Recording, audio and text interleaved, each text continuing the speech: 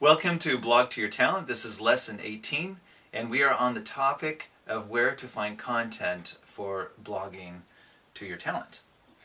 And a great place to find content is by searching the internet for video and photos, pictures related to your talent. And the reason why you want to do that is twofold. One is your readers will appreciate being able to see something that's very visual rather than having you describe in long, lengthy words what is easier to see. And the other great thing about finding video and photos on the internet related to your talent is that you can get involved with a talent or a skill set that's very difficult for you to photograph at the moment because you need to pay attention to what you're doing. And when you come back home after you have spent time working on whatever it is you're working, you can use keywords on Google.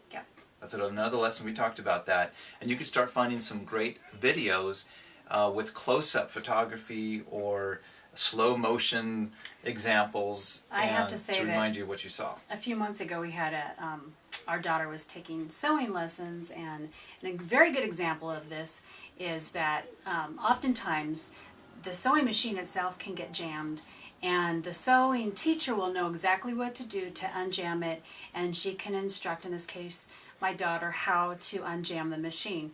Well, I'm not quite as good at that, and my daughter is young enough where she needs my help. So even though she had that in-person instruction and did some great things during the class, when she came home and practiced and the machine would jam, we'd be stuck until we went to the internet and found solutions on YouTube. So it was a great way to find pictures and, in this case, video that will show us exactly how something can be done. Right, but you had to use keywords to be able to find that? Yes. So yeah, you knew. In this case, it was definitely, putting the machine brand name, the model, anything I can find about the serial number on the machine, I put that in. It was so fast and easy, and then you find that you're not alone. A lot of people have the same problem with the same kind of machine. So, yeah, you just use those keywords, insert that in, and you can find everything you need. So in that case, it would be very easy. So you could have, if you were like my daughter and you had been taking a sewing lesson, you could still concentrate on what you're doing in person, but then you could have gone home later and say, hey, this will make a great post on how to unjam a sewing machine. And then you don't remember everything that the person did, but you remember enough of the keywords. And you, of course, know the sewing model. So you go in and you find the results. Now you have a blog post. So you get the link, you put that in your post, and you say, hey, this happened to me, and this is a great way to fix it, and it worked. And the reader reading that, who's also into sewing, would be grateful that they are not the only ones with the same problem, and here you've provided a solution, so you've just brought value to somebody else through your blog post.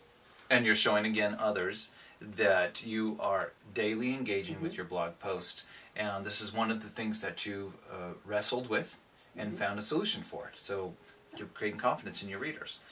What I want you to do today for this lesson is an exercise in personalizing Google, because as you can see, Google is coming up a lot. You don't have to use only that search engine, but it's the most popular one.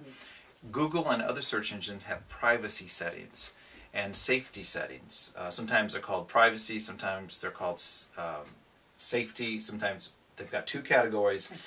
Or security. In any case, in your search engine, look for the settings and go into safety, security, privacy settings, and you want to change them to be as safe as possible. And safe means that the search engine is going to take the burden to try to remove any results of your query where there might be inappropriate photos or texts that are not appropriate for children to read about.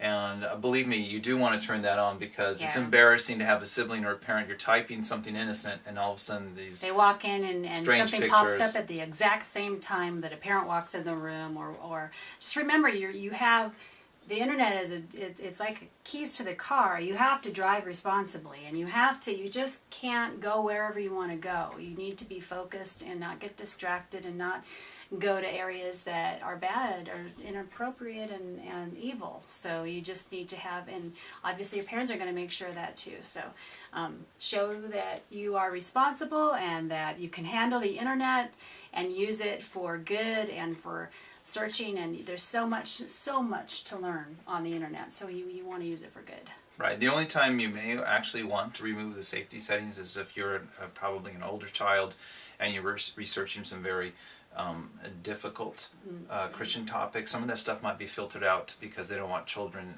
seeing that. So if maybe you're researching the Holocaust, for example, and there's some very difficult pictures that would normally not be allowed for children, they may actually have put some safety settings on there. So talk to your parents if you have a strict safety setting, and come to some kind of agreement for that. So you can sometimes turn it off for appropriate reason, but most of the time you do want to turn it on. So go to Google, play around with the settings. They're constantly changing it to try to accommodate children, so take advantage of that. Until our next lesson, happy talent journey. Happy talent journey.